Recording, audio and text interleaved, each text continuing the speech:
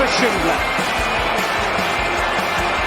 Has a chance to write his name in Huddersfield Town legend. And he takes that chance!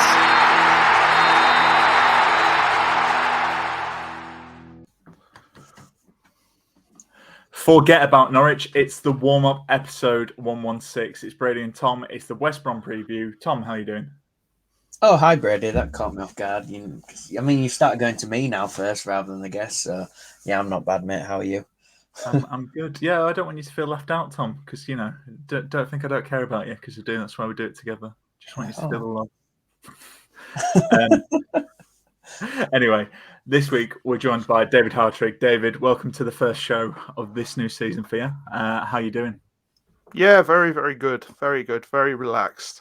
Just had a second of 2 holidays of the summer, so I'm nice and chilled. Very, very nice. And I'm pleased you came on after, I teased you about Josh Coroma in the live show. Yeah, well, not only that, I got a message telling me that Cozzy called me a whopper on the show. I think on the main show, not this week, the week before. So there will be retribution for that at some point, no doubt. Wow, we can't be having that. We're going to have serious words with Mr. Richard Cosmala. No, I can't be having that.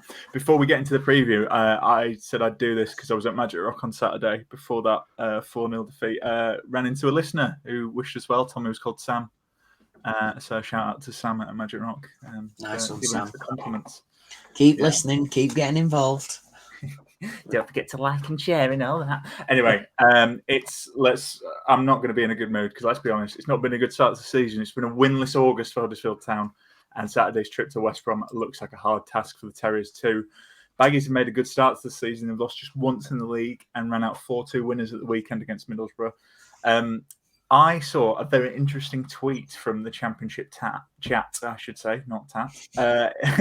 It was about Carlos Corberán's home record with West Brom in all competitions. So I'm going to read it out to you both and the listeners. So since Carlos Corberán was appointed manager of West Brom on the 25th of October 2022, they've played 18 at home. They've won 13, drawn 3, lost 2, scored 31 goals, conceded only 11 and kept 11 clean sheets. Dave, going to come straight to you because I know you like your stats, doing the Opta stuff. Not great stats if you're of a Town persuasion, but you've analysed Corberán in the past. Does this trip to the Hawthorns concern you if you're getting your Town glasses on? I think the thing is with Corberán is you know what you're going to get with him. Okay, so you're going to get a well-drilled side who off the ball are going to stay in shape and try and deny you space, who on the ball are going to try and score the same couple of types of goals. And they're going to keep going into the same areas to try and score them. I think he has got a good squad at West Brom. I think there are some difference makers in that squad.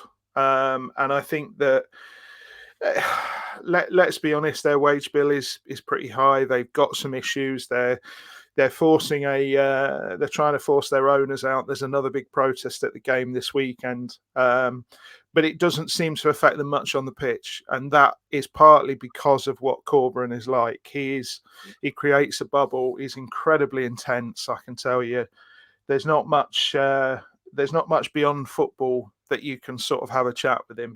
Like Neil Warnock, when he's doing his presses and stuff, you can have a chat with him before and after. If you can talk fishing, you can talk to him for hours. You can have all sorts of chat with him. Mark Fotheringham was quite serious, but you could also have a little chat with him. Corberán is very, very serious. He's very, very serious, very, very into football, shall we say. And, me and Steve realised that the only way to kind of get anything from him was to ask him tactical questions, and that's what opened him up a little bit because that's what gets him going. So it doesn't surprise me, that record, at all, because he did the same with Huddersfield Town. He creates an incredibly well-drilled side who are tactically excellent. There was on the main show, because he said I wasn't much of a much of a Wagner believer, and then Matt said I didn't like Corberán either. It's not that I didn't like Corberán. I think the thing about Corberán is you know what you're going to get. And like having watched his West Brom a little bit, his West Brom play very, very similar to his Huddersfield Town. It's just he's got a slightly different calibre of attacking player. so he can do things slightly differently. So it's an interesting game. I suspect it's going to be a tight game because Town are quite well off the ball. Town are quite well set up, to be fair, to go toe to toe with a side like West Brom and how they want to play. But yeah, those stats don't surprise me at all, because that is just Corberan doing what Corberan does. Yeah, and in fairness, Dave, even if he didn't like Corberan, I mean, let's be honest, Town fans didn't really like him until that second season anyway. So, anyway, it wasn't, just to clarify, it wasn't I didn't like him. I did like him, and I thought he was good. It's just I've only ever seen him be like really good at the same thing. And even when he's gone to West Brom, his template is kind of exactly the same, and he's getting the same. Don't get me wrong, he could achieve the same result. You know, he could get that West Brom team comfortably into the playoffs this season, no doubt about it.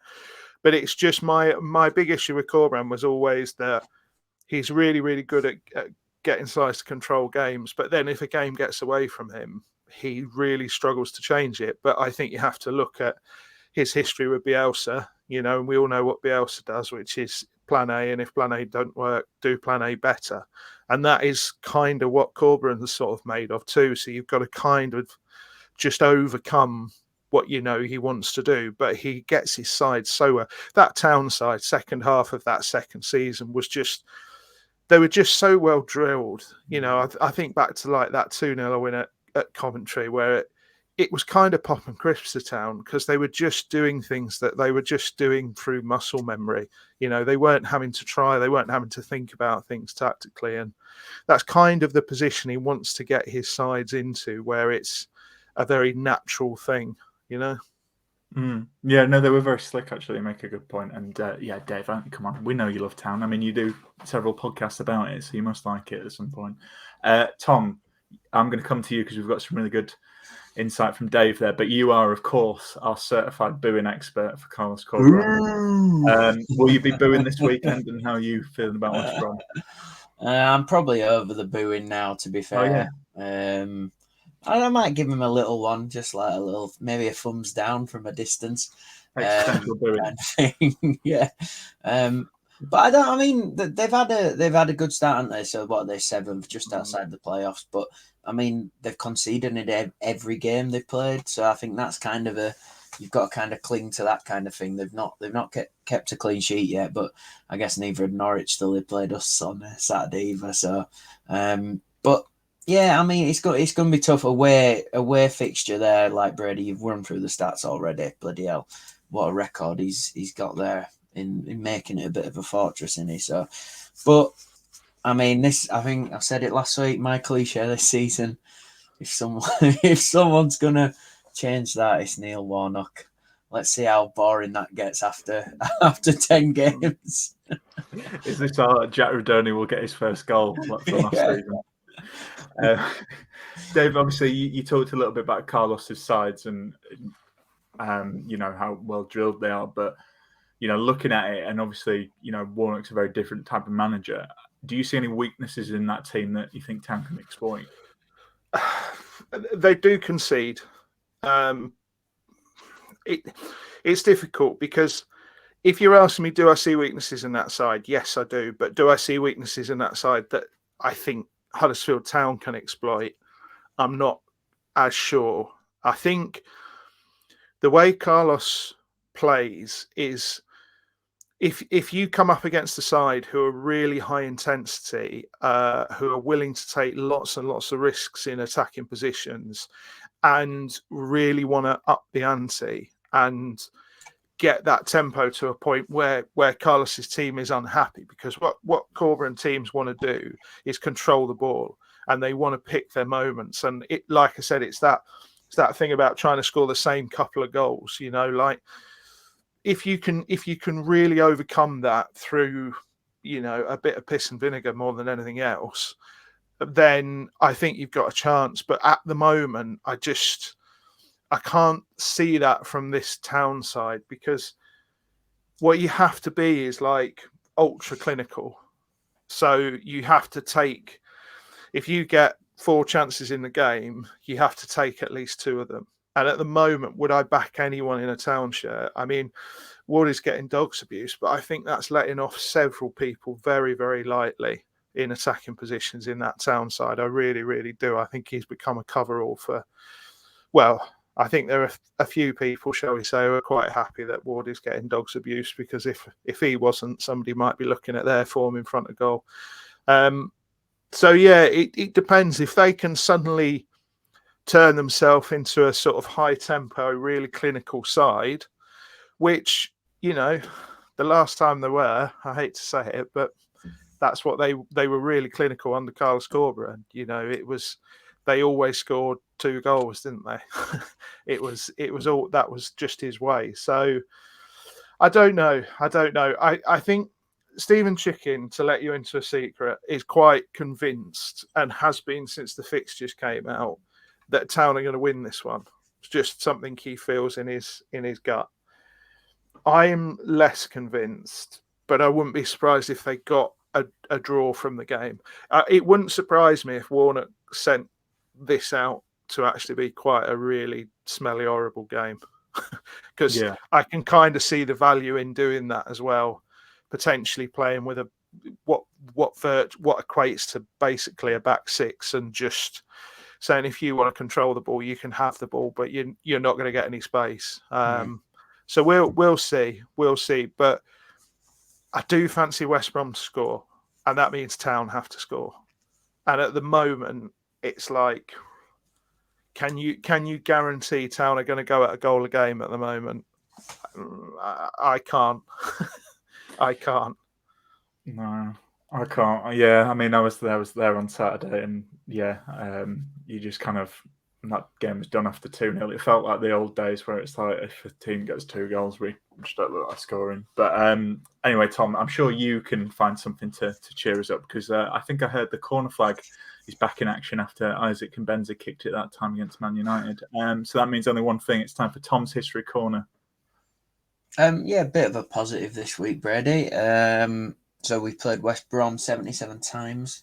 My stats tell me. And Town come out on top just with 31 wins, 19 draws, and 27 defeats. So, yeah, we're pipping them at the moment. The first ever meeting was in 1910. Town lost 2-0 at home, and then the first win came 2 years later when Town emphatically won 5-1 at home in the top tier of English football.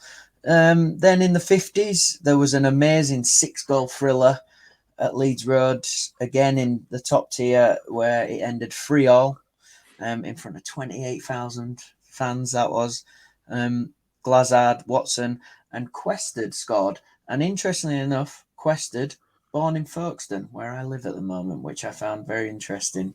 And he played, I think it was over like 100, 150 games for Town, and also a bit of a Fulham legend, it turned out.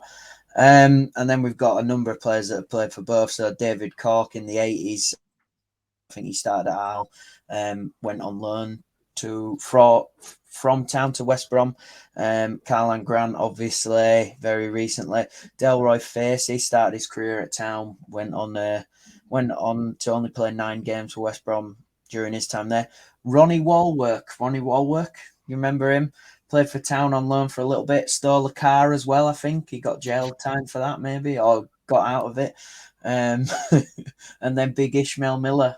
Who can forget Ishmael Miller? What a legend.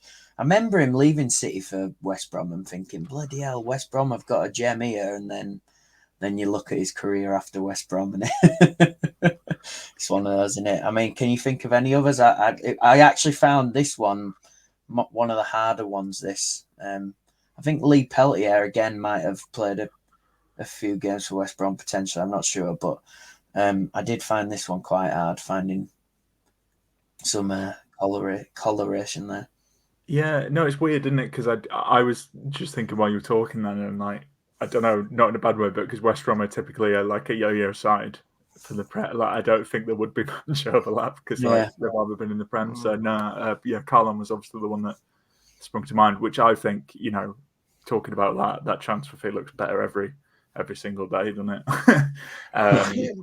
Yeah. I feel for Karlan Grant, because Karlan Grant,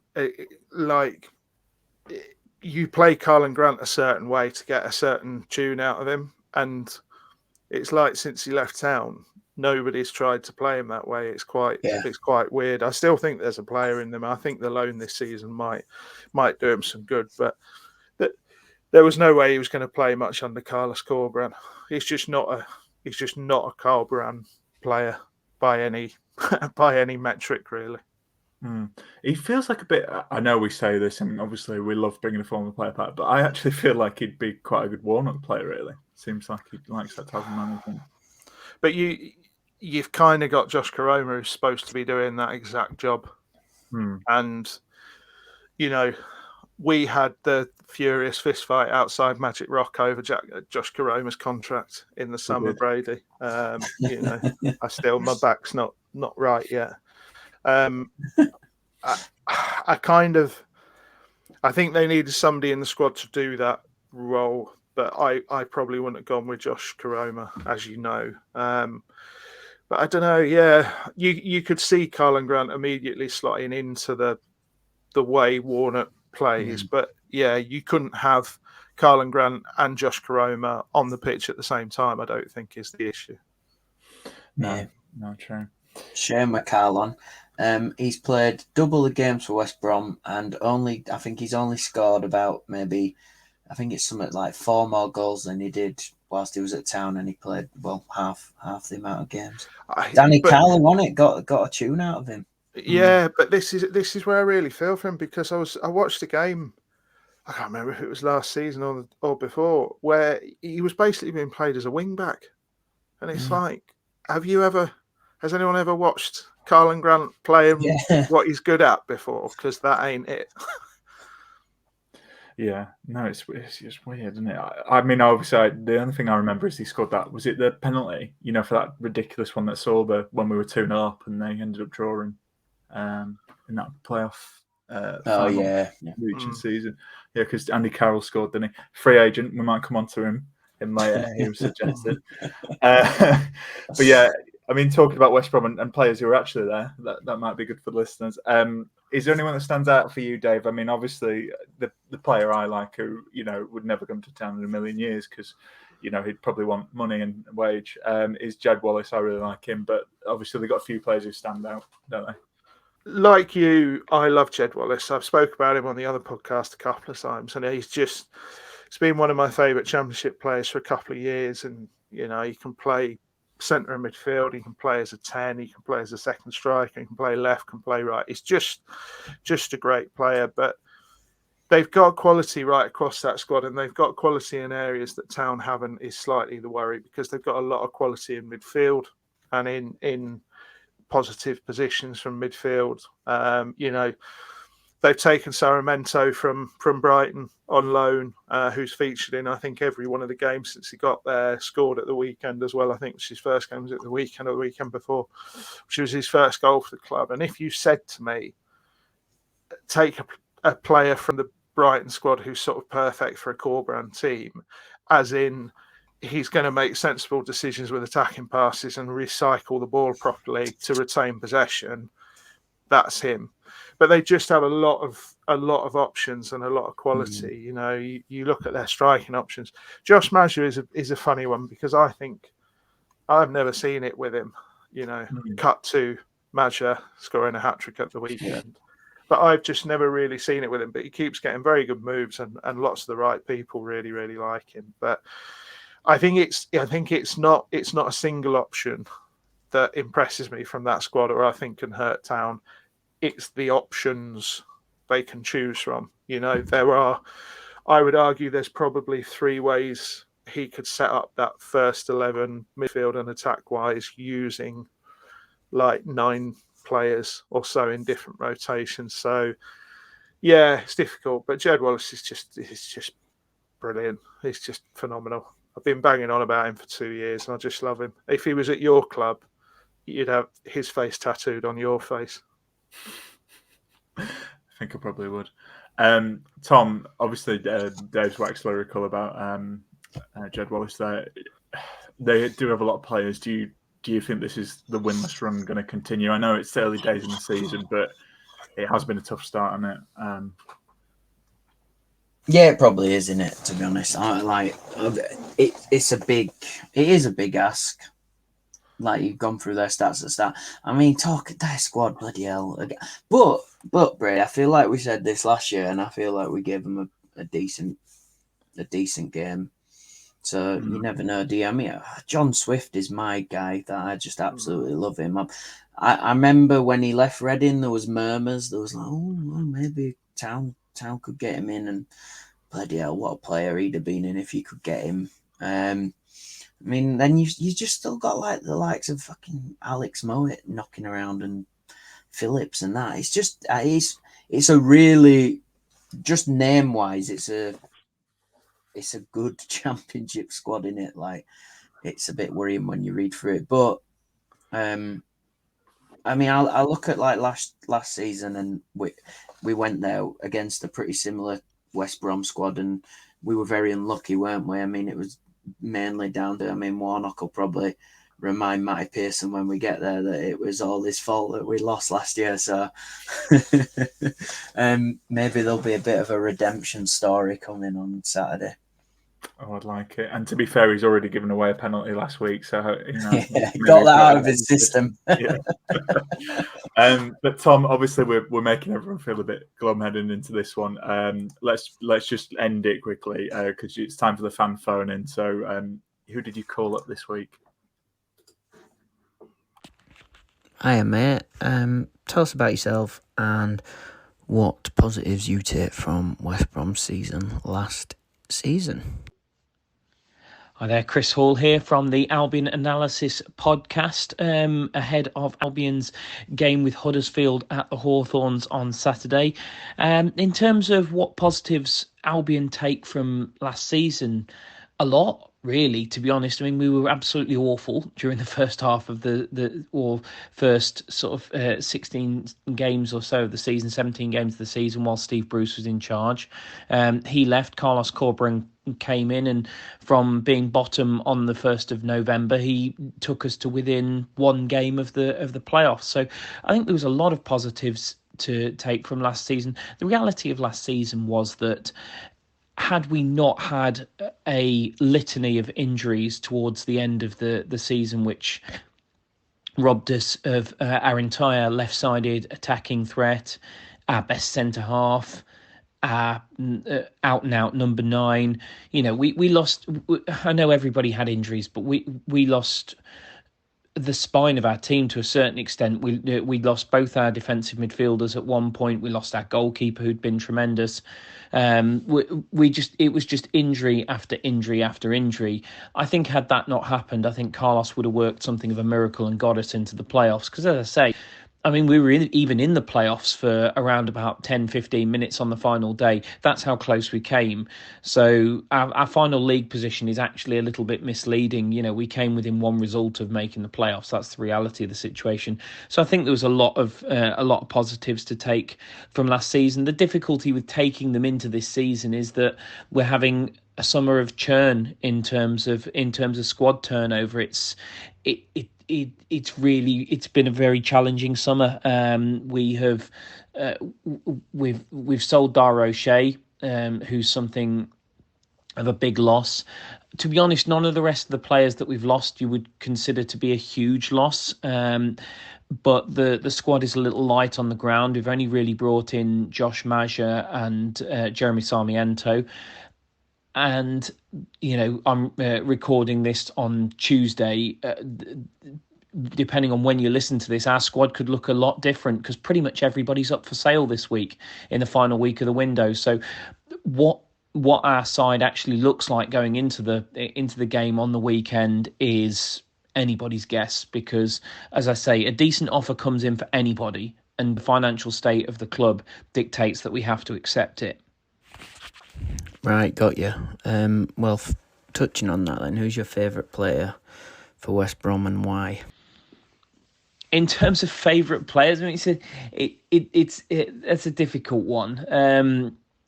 I love watching John Swift. I think he's fantastic. The way he plays, how creative he is. He scored a brilliant goal against Middlesbrough. I know he frustrates some fans. I don't necessarily understand why.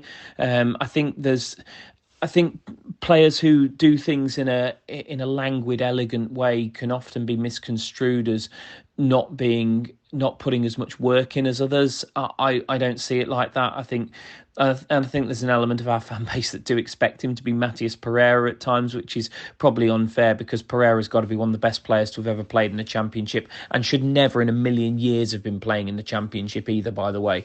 So John Swift is a brilliant Championship player, and I enjoy watching him. I love the dynamism of Jason Molumby in central midfield. He's an all-action box-to-box midfielder. No, he's not necessarily the most skillful. Every goal he scores seems to be a scrappy, scrambled effort from about 3 or 4 yards. But I just love that he's a bit of a throwback, and I really enjoy him. And he's one of those players that you look at and you think, if I had the ability to be out there on the pitch, which I absolutely do not have, I would like to think I would put as much work in as Jason Molumby does. And I think he's somebody that fans can relate to.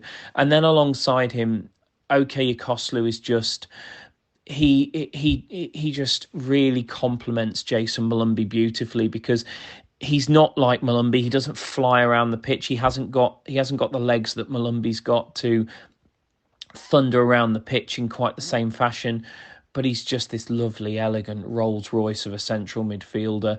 He plays balls short. He's not one of these. He's not going to start spraying Kevin De Bruyne-esque passes, but the way he just swats players away when they try to take the ball off him, the way he just brings the ball down in tight spaces and deals with it, he's just fantastic to watch at times.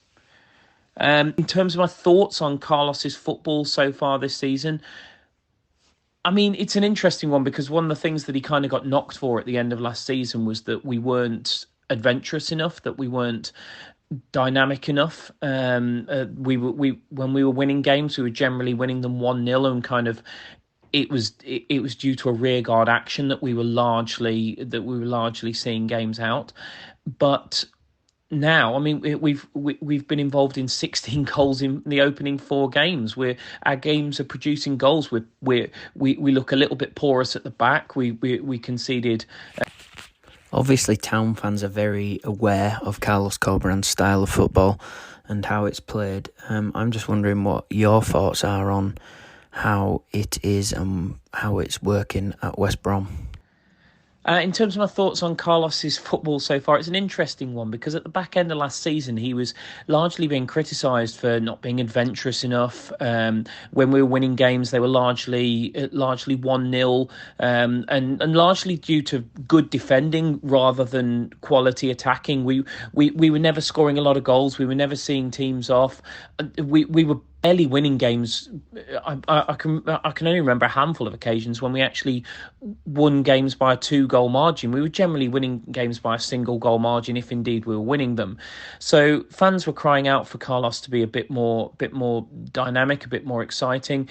Well, that certainly can't be levelled at him at the start of this season. We've been involved in 16 goals in the opening 4 games of this Championship season. So our games are averaging 4 goals a game. At home, we're scoring a lot of goals. We've scored 7 in the last 2 games, but we're conceding quite a few goals. We've conceded 2 goals to both Borough and Swansea in the last 2 home games. We conceded 2 at Blackburn. We conceded 1 at Leeds, which was probably our best defensive performance, and we really did keep them at bay quite well. But yeah, I mean, we're a funny side, really, because I think Carlos is still figuring out quite what he is trying to do with this team. We started the season with a back 4. We've adapted now to 3 centre halves. We've started playing Matt Phillips at wing back, who started the season as a left-sided midfielder. I think the important thing to emphasise with us is we're a work in progress, and kind of to the point that I said before. We don't really know what our squad's going to look like come the close of the window. So I think we're going to continue to evolve and quite what we look like on the when we face Huddersfield might not be the same as we look like at close of play against Middlesbrough, to be honest with you. Well, given the tough situation at the moment at the Baggies, who is your favourite signing this summer? And can you tell us a bit about them? I mean, what summer signing are you most excited about? We've only made two. I like them both, to be honest. Jeremy Sarmiento clearly is a brilliant player. I mean, he's just a skillful, quick, tall player. He's young. He's still learning things, and I don't think Carlos completely trusts him defensively. But there's so much talent there. He goes past people, and he scored a great goal for his first ever senior goal for the fourth against Middlesbrough. So really, really excited to see what he can bring. And I think as the season goes on, he is going to grow into the side and get more and more minutes. I think we're just being patient with him and easing him into things at this present moment in time. The other one is Josh Maja. And again, I mean, I've liked what I've seen of him, but we've only seen cameos so far. He's come on and played a few minutes here, a few minutes there. Corbrand said he's getting him up to speed fitness-wise. So we'll wait and see what it is that we end up getting from Josh Maja. But I think him on a 3-year deal as well, so having him slightly long-term at the age of 24, I think there's a lot to be excited about with Maja. And finally, mate, what is your score prediction for Saturday?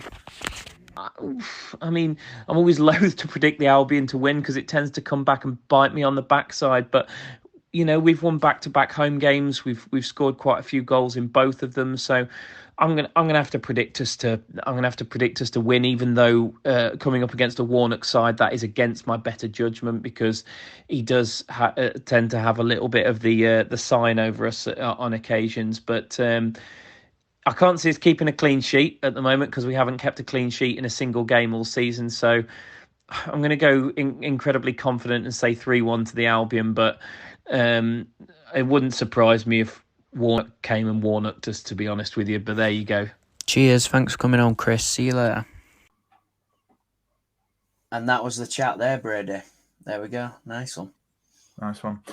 Which leads us on to, we've talked about him a lot, Carlos Corberán. It's time for Kwana's question this week. So, Tom, obviously this came from, I thought you'd still have the deep, deep hatred of Carlos Corberán and boo him. So the question I asked based on that was, he's in the other dugout. So we want to know, which former Huddersfield Town player or manager are you still annoyed with? I quite enjoyed this. There's a lot of grievances that the fans have, and I will ask you both. Be interested to see yours, Dave, but I'll read some of the listeners out first. Mark Knoll says, Mark Fotheringham almost destroyed the club. At least he united the supporters because everyone wanted him out from the start. I don't think they did, to be fair, but yeah, it didn't take long for everyone to want him out. Pugwash says, Steve Bruce sold Marcus Stewart when we were looking good for promotion to the top tier and didn't really replace him. Brackets, sorry, Martin Smith. I don't need to remind you what happened next. You certainly do not. And Will HDFC says, and these are interesting ones for me. Zanka, Billin, yeah, okay. Pritchard, yeah, fair enough. But he says mainly Corberán for the timing of his leaving and coming straight back to the league not long after. Blame him for us getting relegated when it eventually happened. So that's a nice one there. Tom, are there any? Let's maybe cheer the listeners up. Are there any players or managers you're still slightly annoyed with? Can bring us a laugh in these sad times. Jack Hunt is always quite a funny one, isn't it? I just enjoy the chant mainly, and there's a lot of interesting stories about Jack Hunt's thoughts on Huddersfield Town. So yeah, I don't mind giving him a good boo when he's back at the Gal Farm, which won't be probably for a while now. He's down in League One, will it? So can't think of any others really. I mean, Corberán did annoy me. Yeah, Corberán did annoy me. But other than that, players wise, I can't think. I mean, I was pretty annoyed with Jordan Rhodes when he left, but I didn't boo him when he came back, and I didn't boo him when he came back. But I was annoyed with him when he went to Blackburn. I was annoyed at you, Jordan, if you're listening. Well, it's gone now. Dave, what about you? Any former Town players or managers who you were a little bit annoyed with? Yeah, Danny Drinkwater, because he made his debut for Town in the 7-1 against Brighton. 7-1. And whenever he's mentioned, they all say, "Oh yeah, he made his debut again in that 7-1 win." Oh, did he? Piss off. And I think, to be fair, not annoyed, but I think the way Corberán left was knowing a little bit what happened behind the scenes, and I wouldn't betray trust by talking about it, but I think he really did sort of leave them high and dry. No one was, I can tell you now, nobody was expecting to go into that season without Carlos Corberán, and things were set up for Carlos Corberán, and the wheels were moving to create a Carlos Corberán team. And 2 weeks before the season started, suddenly Danny Schofield had to take over. And like, a lot of people have a lot of really harsh words to say about Danny Schofield. I don't, because it was an almost impossible situation he walked into. It genuinely was. And to try and put your own stamp onto something, or to change something, or to want to evolve something, was just impossible in that time frame. And I don't for a second think he did a great job. I think there are different ways to set up, and there was a different way to do it. But Corberán really did kind of leave everybody in the lurch. You know, it was a weird one. It was a weird one. So I wouldn't say it massively annoys me, but I think there's kind of a sort of what might have been there that we'll never know. Yeah, no, I agree. One that annoys me, just because I'm like, why? It's not like I'm actually annoyed at him really, but Lewis O'Brien, like, why did you have to, like, why was it, did it have to be Forest? Yeah. And then, like, also, tough. I know, and also it's so annoying because, like, he's not getting games there. Like, obviously, he went on loan to DC United, and I'm just like, oh. And then he's linked with going to Leeds on loan. And just, I don't know, such a good player, and I was really like banging the drum for him. Like, controversially, I know this is probably one of my weird, it looks like a silly take now, but when he was really linked with Leeds under Bielsa, I was like, well, if Calvin Phillips can play for England and being managed by Bielsa, I think Lewis O'Brien is that good. Like, he could, make a step up in a couple of years, and obviously it doesn't look like it's going to happen. But yeah, it's just like, I just feel like that's such a shame for him, and I'm annoyed that he's gone there, and like it's not really working out. But I imagine we'll be seeing him in the Championship, but unfortunately not for us, which is awesome. We can see if he's still manages to do everything but shoot. Yeah. True. Watch, he'll score against us. Yeah, of course he will. But yeah, cool. Well, we got some stuff out of our system there, and we are approaching half time. So obviously it's an away game this time. So why don't you have some beers if you are going down to the Hawthorns, and do that by going to magicrockbrewing.com, enter our code AHTDC10, and you can get 10% off all your online orders. Get some tinnies for the road. But obviously not while you're driving. We will not encourage that. I'm going to stop sounding a bit like Alan Partridge there, and we will see you after the break. Okay, cool. So we've changed halves. Let's get stuck into Town. So, lads, the transfer window slam shut on Friday. Any other transfer window puns we can get in there? Let's talk about that. But ahead of recording, we asked the listeners on Twitter, where do you think the priority for reinforcements is for Huddersfield Town? So again, 4 options: goalkeeper, defence, midfield, and forward positions. So goalkeeper, 1%. I was surprised it even got one. But maybe, that's because of the first goal for Norwich. Maybe someone's feeling a bit upset still. Defence was 4%. Midfield was 23%. And unsurprisingly, forward positions was 72%.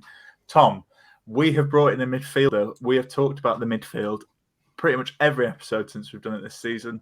We brought in Ben Wiles. So I wanted to say, you're happy with that addition, and do you think we should look to add to midfield further, or do you agree with the listeners and think it's the forward positions we need to focus on? Ooh, I mean, me 2 years ago is absolutely. I mean, I am buzzing about Ben Wiles, but like, it's whether we're going to get that. The one thing that was coming out of Rotherham is that he's he's just not hit that form after picking up the injury. And I mean, it's when we're going to see him as well, because he's still injured. He's still injured, isn't he, at the moment, or isn't he? No, I think he's all right not, to play. but he's just not right. So it's whether he hits that form again. But I just remember that the season they got promoted, and then that season he had in Championship with me, absolutely class. Looked absolutely class. But pretty much ran the show again for them. He scored against us, didn't he? When we were wearing that lovely yellow kit that we had under Corbran, actually. So I think it's a great sign. I think it's kind of what we're missing. It's the in between of someone who is experienced at this level, but has still got some legs to go on a bit more. That gap between Hogg and Kasumu, basically, that I think we're missing. I mean, every club wants a striker, don't they? But it's like, realistically, who are you bringing in? I mean, you mentioned Andy Carroll at the top there. Is that the answer potentially? Like a realistic one. I think you don't need a keeper. You don't need any defenders potentially. So I mean, it probably all sits up there now for me. Yeah, attacking, but you've got to be realistic, haven't you? Who are you getting in? Yeah, and about Andy Carroll, like we're joking about it now, but obviously we joked about Warnock coming back last season, Tom. So maybe if it's 10:45 on deadline day, then maybe it might become more of a reality. Dave, yeah. So I'll ask this too. Really, like, what do you think of Ben Wells as a signing? First of all, I think it's a good signing. I think it's a solid signing. I think that the thing is the way the Rotherham play. I think their central midfielders can be difficult to judge by certain metrics. And I'm not casting aspersions when I say that. I'm just saying that it's just part and parcel of the life they lead as a football club, really. He's much better on the ball than Hoggy is, okay? So I think what you're looking at is somebody who can play as an 8, but will probably sit a little bit deeper. You've got Kasumu to sort of carry the ball and take it forward. Whilst he's better at a little bit more quarterbacking and his passing is better. So I think it's a good signing, and I think it's kind of what they need. They need a striker. Now, I'm not a big Huddersfield Town need a striker guy, and I haven't been on the other podcast, which we won't name. But I think at this point, I'm not a Harrott booster. I think he's fine. I think he's got potential, but I don't see 25 appearances in the Championship from him at the moment. I think Hudlin has got something different, and I think as an option off a 9-man bench, lest we forget, I think fine, you probably keep him around. But seeing the treatment that Danny Ward's been getting, I just don't think you can sustainably play Danny Ward through the middle for 40 games. I don't think you can do it on a fitness level either. It's not just a form or fan attitude thing. I just don't. You've got to have somebody who can hook him out. And the thing is, if you're going to say, well, you're going to bring Koroma across to play as your 9, I think you have to completely change the shape of your attack, because I don't think Koroma's capable of doing a lot of the things that Danny Ward does, because teams will suddenly start to play out a different way if Josh Koroma's up there and Danny Ward isn't, is the thing. And that's where his value is, like it or not. That's what Wardy does. He stops it being easy to pick out midfielders. And then if you look at Bergzorg, I think you saw his value when he came on against Norwich in a hopeless situation. He really was still looking to make a difference. And you saw what he likes to do, which is to drive and to take men on and to get to the byline. I think if you play him through the middle, you're almost playing him as a false 9. You've kind of got to get Radoni into that space consistently, because he's going to vacate it. He's going to go right and left, and he's going to want to take people on. So I think what they're missing is a Martin Waghorn. I think what they're missing is a striker, at somebody who just comes into the squad and is a striker and isn't clever, doesn't try to do 3 different things when they're picked, just tries to play as a striker. And then I think what that does is possibly give you the option of playing with a 2 as well. Because I think the other thing we know about Wardy is when he plays in a 2, he kind of, I wouldn't say he disappears in front of goal, but because he's all about the hard work, and because he's about the press, and because he's about working off the ball, then often, he kind of, whoever is alongside him, so take Josh Caroma for the last couple of games of last season where he sort of moved into that space and really shone in the 3-5-2. You kind of need another striking option, I think, to be able to possibly play as a 2. So, yeah, having not been a big Huddersfield Town need a striker guy, I'm now a Huddersfield Town need a striker guy. I think the wide options aren't too bad, particularly if Pat Jones stays fit. And I think they've got quality from further back as well. Remember, you got Utah to come back in as an example off the top of my head. But yeah, you look through the middle, and I think I am still quite high on Danny Ward, and I still see the value in picking him, and I still see the value of his work and what he does in the squad. But I think you also need to have something else. You need to have another way to do it, because every analyst in the Championship knows everything they need to know about Danny Ward and how to defend against him. And that's not Danny Ward's fault. And I'm not saying it's Danny Ward's fault, but that's just a fact of life. I mean, everything I saw this, and I don't think this is going to be happen at all. But I saw there's some players available out on loan, and I don't think we'd be able to cover the wages. But I just look at like someone who is available, but I think every single Championship club would want him. But Kiefer Moore on loan, I feel like that's the type of striker that would just transform this team. But I just don't.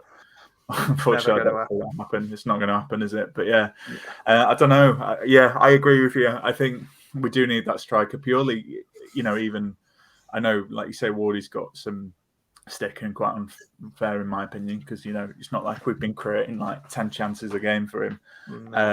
I just think again, Liz is probably sick of us saying this, but Diarra, like Harriet Hudlin, they're great, but like we're kind of getting into a situation where we're expecting youngsters who've not even had a full Championship season, some even haven't had a Championship start, to come in and contribute to the squad, which is fine, but you can't rely on it. Anything else is a bonus. So yeah, I agree. Like that forward position is a worry, and controversially, like I know people, we were linked with this and people were kicking off, but I think if you could get, if you put the chunk of whatever budget we have left on the striker, I'm not actually against bringing in a Junior Hoylett just as another option as a winger. I know that won't make people happy, but Pat Jones looks great, and he had an impressive little cameo, but I just don't think he doesn't look like he can stay fit, unfortunately. And I just think like you don't want to, Town can't really be in a situation, because as you've touched on, Dave,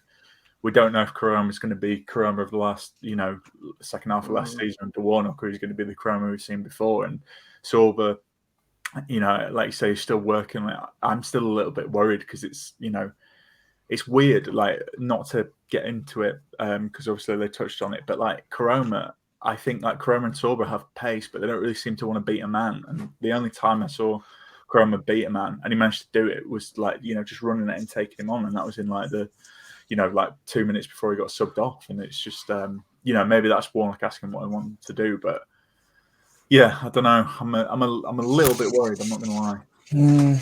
Well, I think, but the thing is, they only really need one of those players to come into form, and I include Ward in that, because how Town and attack and how they're set up and what they've done over the last couple of seasons has really been about rotating the top form amongst like 3 or 4 players. So I think at the moment, like I said on our podcast, that Town's biggest, I think their most difficult opposition was the fixture computer, because up until the international break, this is a stinking run. I go back to what I said about that Plymouth away game. You could not have picked a worse game. You could not have picked a worse game to start the season. And it's no surprise to me they are where they are. And I kind of a lot of people are making judgments about a couple of players. A lot of people have started to think certain things about Warnock. I was speaking to Matt on WhatsApp of this parish.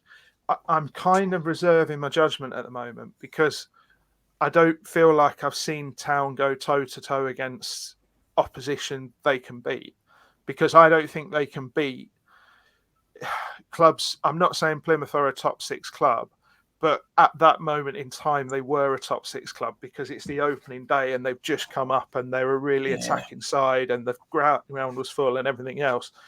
So I'm kind of waiting till after the international break and reserving my judgment to see when they've got a run of there's no easy games in the Championship, he said, needing a sheepskin coat and a old proper manager's hat and everything.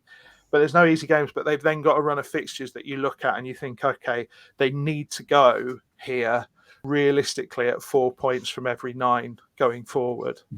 And they've got more of a chance of doing that. So when you look at a Josh Koroma, the thing about Koroma and Sorba, and they often play their way into form in a game where they get to bully someone.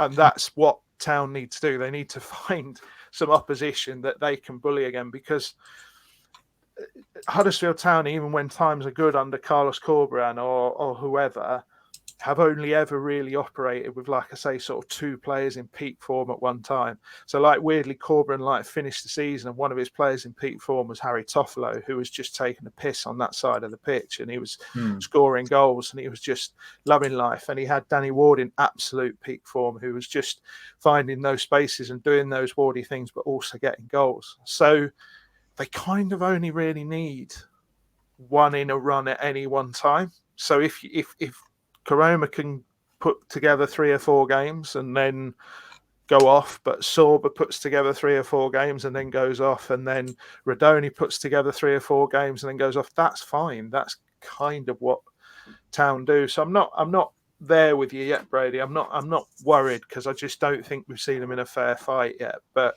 at the same time, 1 point, 4 games in, you can't fight gravity. That's the issue.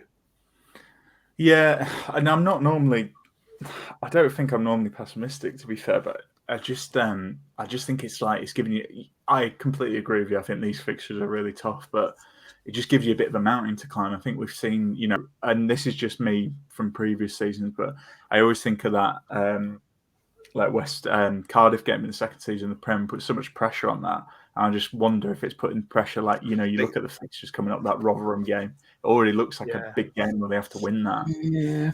They can't. I said it on the other podcast, which I keep saying. I know I keep saying it, but it's difficult because I don't want to. I know there's people who listens to both who'll be listening to me repeat myself, but they can't give too many teams a head start this season like they did last year, because they won't get away with it 2 years in a row.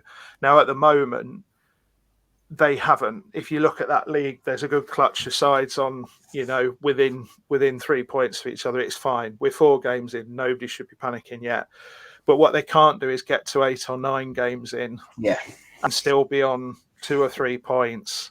And there suddenly being maybe only 5 teams at the bottom in contention. And then there's a game gap to the next lot, because very, very quickly, they can't afford to get cut off into a mini league again this season, because last year, I mean, genuinely, it was a miracle. It was a miracle, which is one of the reasons I kind of didn't. I wouldn't say I was against them bringing Warnock back, as I explained. It was more a case of, I'm not against it, but you can't.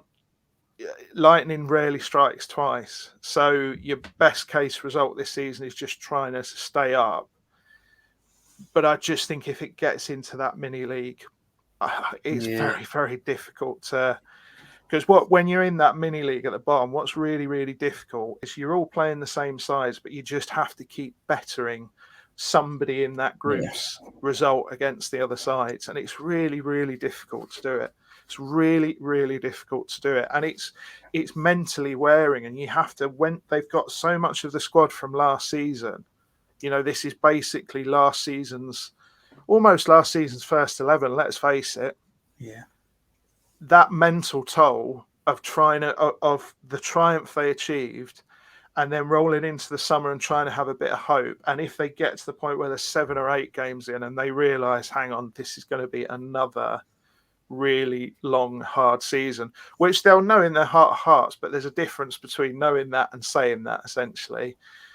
That's when the pessimism comes. So I kind of want to see. I think the international break comes at a brilliant time for Town. I think that's the only way the fixtures have worked for them, because they can kind of get this run out of the way and go, to use another cliche, the season starts now. The season starts today.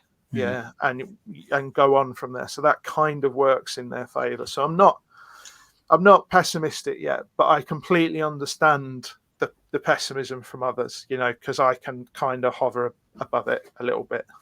Yeah. And I mean, to contradict myself, I bar Norwich, and I mean, we were talking about it before we recorded, how I didn't think we actually played bad in spells of that game, but we have been competitive. I think that's the thing. It's not like a Fotheringham way, nowhere near. Like we have been competitive. I think it's just you don't have that quality to. Well, that's it, Brett. The one thing, like, Warnock come out after the Norwich game, and the one thing I've really kind of agreed with him on is like, but also has worried me a little bit, and I think it's like from that run we put together there was no mistakes. There was none of this silly goals given away where you're looking at it thinking, what's going on with that defence? Why is there the fourth goal against Norwich, the gap between the centre backs? Oh, bloody hell, what was that? And it's like that kind of thing. I mean, Warnock's come out and he's gone through all these goals in the last few games, and when you do look at most of the goals, they're silly mistakes. But the worrying thing is they're occurring a lot at the moment, and that's the thing that I'm worried about. I think it's partly mental though. Yeah, I think it just takes a toll constantly running uphill, which is what some of those players will feel. And I think my worries are more. I'm not pessimistic because, as I said, I want to see him in a fair fight. But my worries are more around having Neil Warnock across the season. For example, Danny Ward comes to the club having been at a Neil Warnock side, and he can't get himself fit for a year. And there's, without going into it, there's a reason for that, and it's sort of quite famed that Warnock is a motivator and he's there to infuse. Like Town under Carlos Corberán were the fittest team in that league, and that can help you overcome certain problems. I don't think Town are going to be the fittest team in that league this season. I'm going to be honest. I've said on the other podcasts, and I'll say it here, I think there's a very good chance Town can be the best team in that league off the ball this season in terms of getting into shape, trying to control areas, trying to control space, because that's how they finished last season, and they can get back there. They're not there at the moment, but they can get back there. But they've also got to be able to find ways to turn teams around, which is what they did against Sheffield United last season, which is what they did against others in that run. So, yeah, I understand the pessimism, but I'm not quite there yet. But I do think there are valid reasons for worried about the transfer window, because I think they will get a striker in, but I think that could. I think the Junior Hoylett thing will definitely happen. If I'm honest, please understand there's no inside info there, but I just think he's been training at the club. He knows Warnock. Warnock knows him inside out, and he will probably think it's another body in those positions where we need bodies, and he might be able to do something. And if he comes off the bench and scores in one game, he's probably justified his entire season's wage for what he will actually be earning to sign on at Huddersfield Town for 3/4 of a season. So I think it will definitely happen, but I kind of think the striker and Junior Hoylett is probably a lot. And a bit like you, a lot of pressure on some young shoulders there. A lot of pressures on Jackson, Diarra, various others to come up quite big this season in big games. But the player is Pat Jones. That's the player. He's the one who really has got an X factor, who really, when you watched him in youth football, he just takes the piss. He just takes the piss. Carlos Corberán did like a as he was wont to do, basically did like a huge written report on every member of every squad involved at Town at the time. So you had all these about young players, what they needed to do to progress, who was going to make it, who wasn't. Great big wads of information on players who they're basically saying never going to make it. Pat Jones's was a single sentence, and it was just stay fit. That's all he needs to do to progress to become a proper footballer. Just stay fit. And if he can stay fit, he's the one. He's the X factor. He's the one who can make a big difference, be it off the bench, be it starting. He's the one who's going to scare defenders. He's the one who's going to do things and take risks that other players on that team won't. So, yeah, wait and see, Brady. Wait and see. No, you're cheering me up, and yeah, let's that's all I'm saying. I really, because I think he was good in his cameo as well. So I would certainly like to see that. Anyway, I've talked about pessimism, but we are going to come on to match predictions here. I'm just going to jump in. I think we're going to lose this game. We're going to lose this game 2-1. I think they're just, they've got really good home form, and I agree with you, Dave. I can see them scoring, and I think if they get 2, I don't see us winning. So yeah, I'm going to go 2-1, and I think it'll be a Pearson header from a set piece. So a little bit of redemption sprinkled in there, but it's still a defeat. Tom, what about yourself? Both teams get their first clean sheets of the season. 0-0. Yeah. Dave? I was sorely tempted with that, but I'll go just to be different, even though I really think it could be 0-0. I'll go with 2-1 to West Brom. Bergzog gets a tap in, 2-0 down with a couple of minutes left to give a little bit of false hope. But every time I see a Carlos Corberán team, I just think, oh, well, that's going to be 2-0. It never is, but that's just what I always think when I see a Carlos Corberán team. Yeah. Well, let's see, because we are keeping an eye on predictions this season. Need to update that spreadsheet, don't we, Tom? But anyway, just before we go, that is full time on the podcast, but we've got a little bit of extra time, so that means it's time for the mailbag. Okay, so Dave, this question is specifically for you. You kind of touched on it. Yeah, it's not criticism either. So I'll answer it for you. Unfortunately, I'm married, so sorry. That's the one I sent you in private. That's not the one you're going to read out on the podcast. HDAFC Dream. He doesn't ask you for something sordid. He asks you, Dave, is it another season of square pegs and round holes, especially if we get a couple of injuries? Yes and no. I think that, it's no secret that the squad is being put together to run on a budget. Like Kevin Nagel's talked about it, so there's no point trying to dress it up as anything else. And that is always going to lead to some round pegs and round holes. But also, I think if you do it position by position, if you think about Warnock's favoured formations, and I've spoke a little bit about Warnock not really having a formation. He however he lays his team out, they all have about 2 or 3 different roles, and there's completely different formation in and out possession. But if you think about a kind of 4-2-3-1, or a kind of 3-5-2, or a kind of 3-4-3, if you actually go through it, there's at least 2 players for every position in those formations. But it's whether you think those players work is the thing. That's the honest answer. I think you might look. Injuries happen, and any team that has a run of injuries, a la Carlos Corberán's Huddersfield Town in his first season, ends up with players all over the place. So it could well happen really, really noticeably. But I think what you're looking at is a bit of evolution as well, because Brahima Diarra has spent an awful lot of his time being played out wide, being played, up top. He's now trying to be involved into a sort of 10, but not in the true attacking sense, in like a pressing 10, almost like another half for Danny Ward. You've got Ben Jackson, who has played as a wing-back. He's played as a pure full-back. He's played as a left winger. And it's kind of, are you asking me which position is his best? And which round hole does he fit in? I don't know. I couldn't tell you. I've seen him play in midfield. I've seen him play central midfield. I think with Warnock, what you've got is somebody who will go, well, if they're good enough and I want them there, I'm going to put them there. So they could end up wherever. I think the interesting one, the one that makes a big difference is when he's brave enough to bring Utah into the side. Yeah. I won't have the conversation here because I'm going to do it on our podcast, which we haven't recorded this week yet. But I'm kind of staggered at Warnock's substitutions so far this season. And Utah's need for minutes is quite big.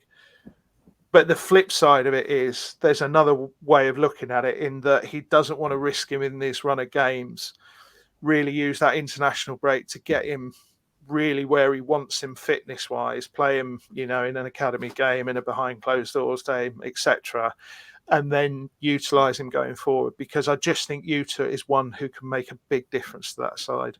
I'm not as Matt Shaw about Josh Ruffles as Matt Shaw is, but would I play Utah on that side if he's fit? Yeah.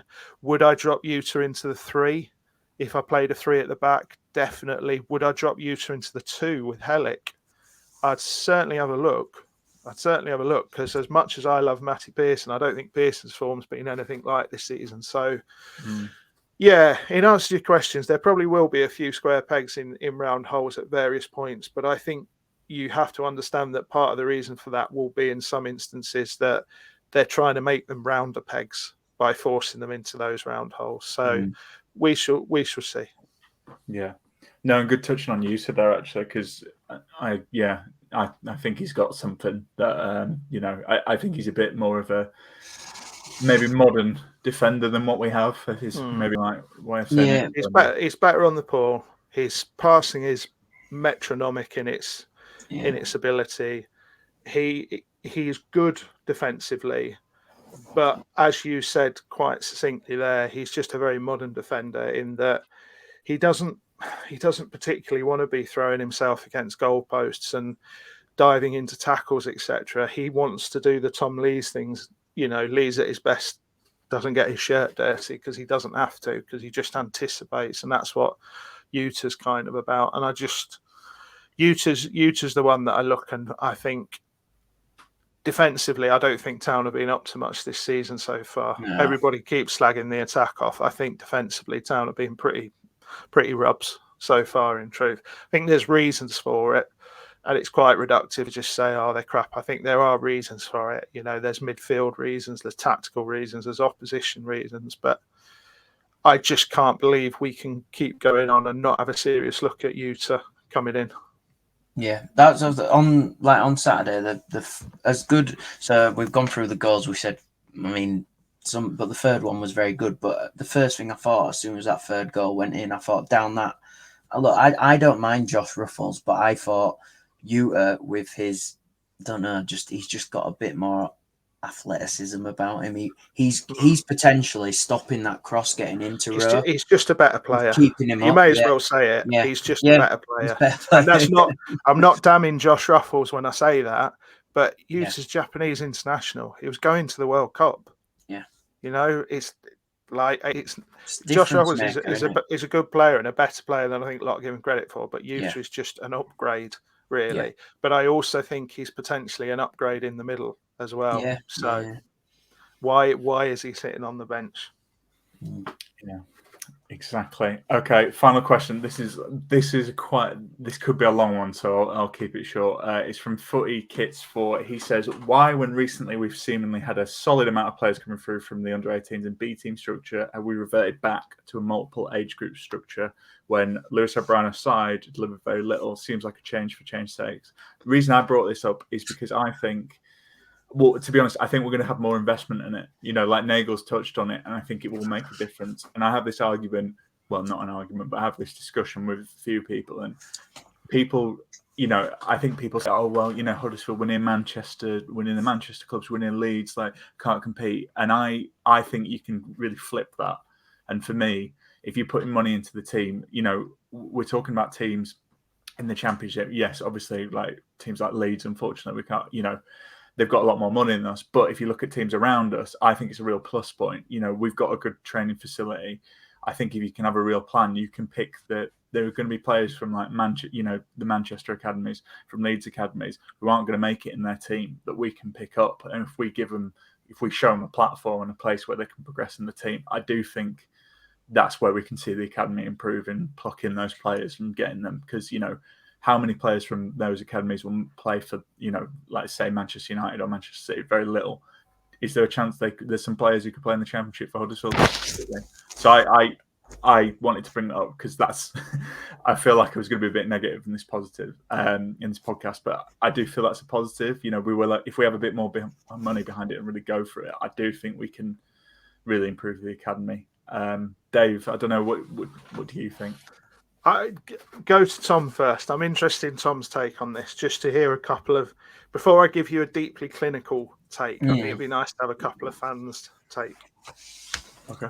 It's really interesting, isn't it? So, I mean, I loved it when we had you have the tier academy, but when you think of it from a financial point of view, and I just think if someone's really good, City, United, they're coming in, they're plucking them out straight away. So that's gone. Do you know what I mean? We've seen it happen already, like in the who was it that was at was it West Brom and he ended up getting picked up by Villa, which isn't a crazy gap, but because the contracts aren't really there and stuff. So I don't know, Brady. I mean, I'm all for it, trying to bring as many people through as possible from a younger age, but then I'm kind of like, with what we do at the moment, they're kind of just picking people up from when they've left clubs and developing them there. Is it the best financially viable option for us? Do you know what I mean? Because no one's sticking around at Town if they're good enough for the likes of a move to City or United. Because we are in a sandwich of big clubs, unfortunately. But Brady, what you just said, I kind of like the bit where you're like, but then you've kind of got, there's teams around us like your Oldhams, your Bradfords, who you'd like to think Town could potentially cherry pick from. So it's a bit of a catch-22 potentially. I mean, I've not thought about it enough, Dave, so I don't know if that's an interesting enough answer. No, the thing is, for me, it is absolutely vital to the club going forward to do this. From a what you're trying to do is you're trying to set a structure up that does two things. One, it provides every season one player for the first team squad. Now, that doesn't sound like a massively lofty ambition when we're sitting here looking at Kieran Harrott, Ben Jackson, Brahima Diarra, various others coming through. But what you're looking for is you might have a clutch, you have minutes, but you're really looking for one player to come through into the first team squad that the following season goes through into the first team. And the deeply cynical thing is you're looking for that player to be sold for 1.52 million quid, which pays for the previous 2 years of academy football across the tiers, right? And that's how you're trying to do it. So it's an ecosystem, and it's capitalism basically. That's which is a horrible way to describe it, but that's kind of what it is. You don't necessarily do it for football reasons. The football reasons are, though, you need to give youngsters around here a platform, because I think you look at some of the youngsters that Town have missed out on. You just, not everyone will go to City and United. And the thing you have to remember about City and United is it's very easy to say, if you've got someone who's good enough, they're going to go there. But City and United are cannibalizing Barcelona, Real Madrid, Juventus. They're not just cannibalizing Huddersfield Town. And there is a world where they will look at certain players and go, they're really, really good. We really, really like them. But the best possible thing they can do is stay there and come through. And we can then cherry pick them for 2 million quid when they've got 40 championship appearances behind them, etc. So the problem is, academy, the way the structure is at now, in my humble opinion, it doesn't provide them with enough meaningful football. As somebody who's watched a lot of B team and academy games, the step up into first team training and into the first team squad is really difficult, because it's pop and crisp for some of them. You know, I've sat in the stand with members of Huddersfield Town's staff, and we've been laughing our heads off at things that Brahim Diarra's been doing on the ball in youth team games. And it's not because he's like outstandingly brilliant and should be cherry picked by Manchester City. It's because it's too easy. It's not meaningful enough. There needs to be more competition. And the thing is, going back to a proper academy structure will provide that as a starter. But I think it anchors you more in your community. So you're going to get, whether they make it or not, you are going to get more Huddersfield children and the surrounding areas coming in and playing in Huddersfield Town shirts, okay, for Huddersfield Town. And it may be at youth levels where they may not go on to progress to do anything. But if nothing else, it leaves a legacy with them, and it cements Huddersfield Town in the area.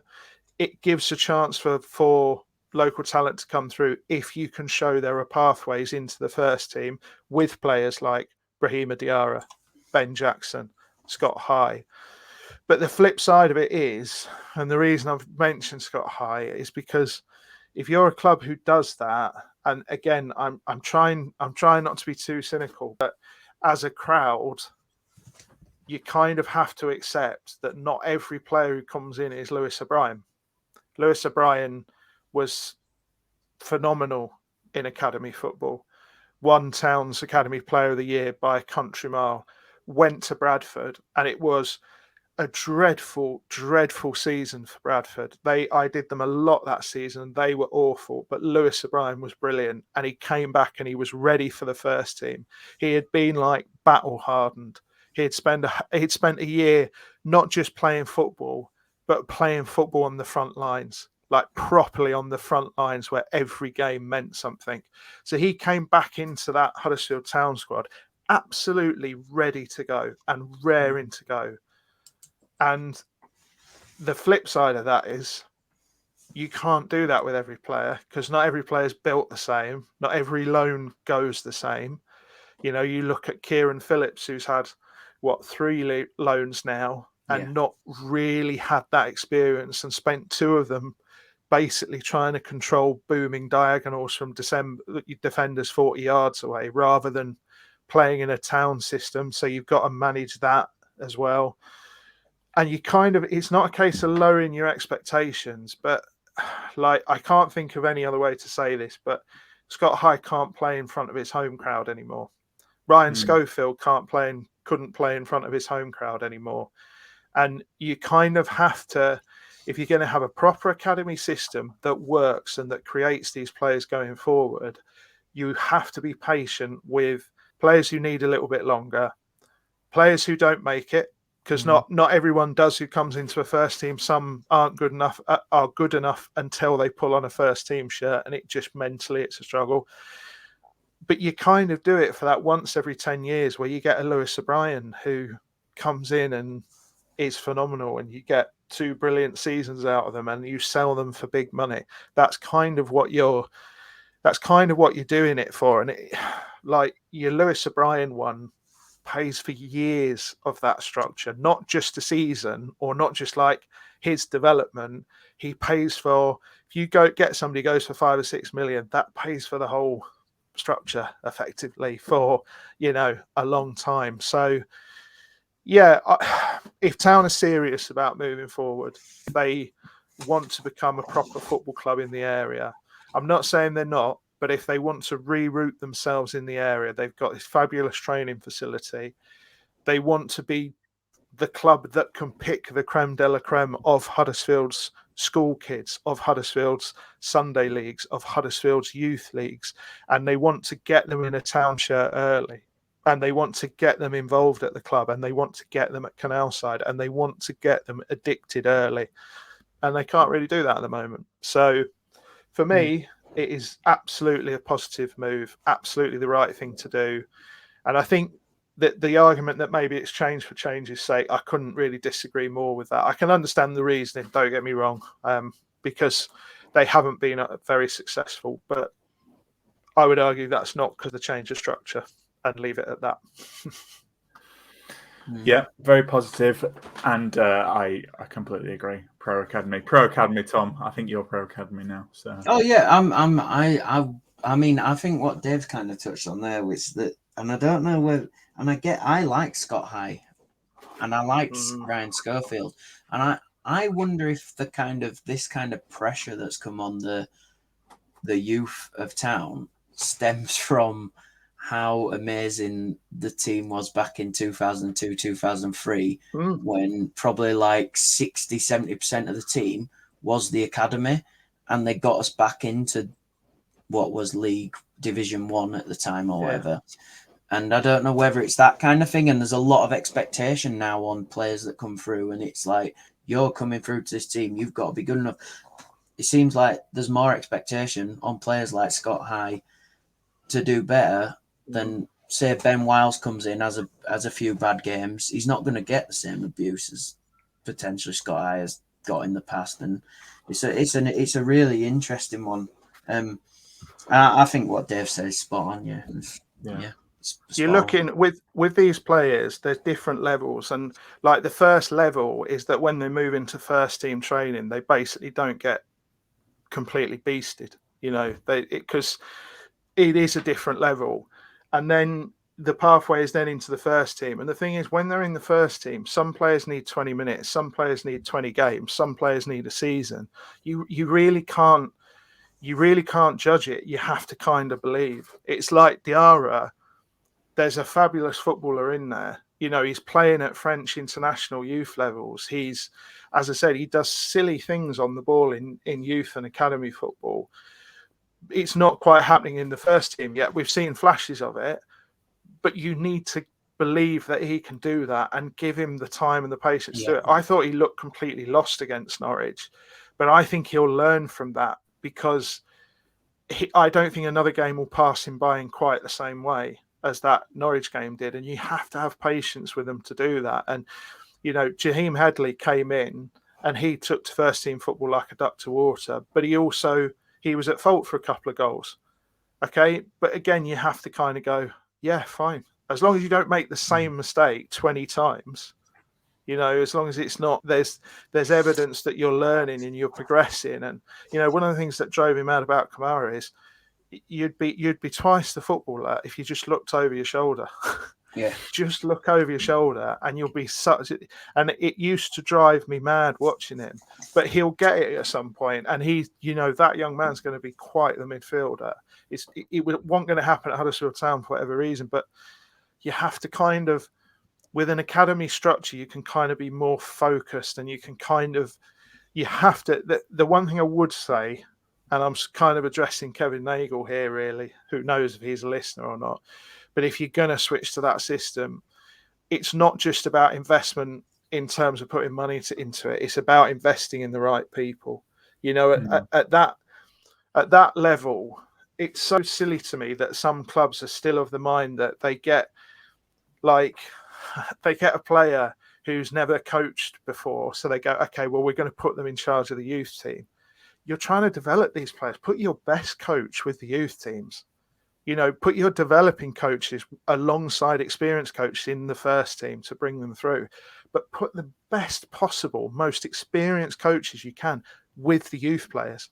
Because otherwise you're expecting them to develop, and they're only going to develop at the same rate as whoever's coaching them develops. So if you go, all right, well, this newly retired pro who has just got a bit of a name but has never taken a coaching session in their life, let's stick him with the under 16s. No, it's mad to me that I just cannot get my head around that. So I think you have to invest time and patience and money and intelligence into how you do it. That's the key thing, and I think you'll see the benefits from that.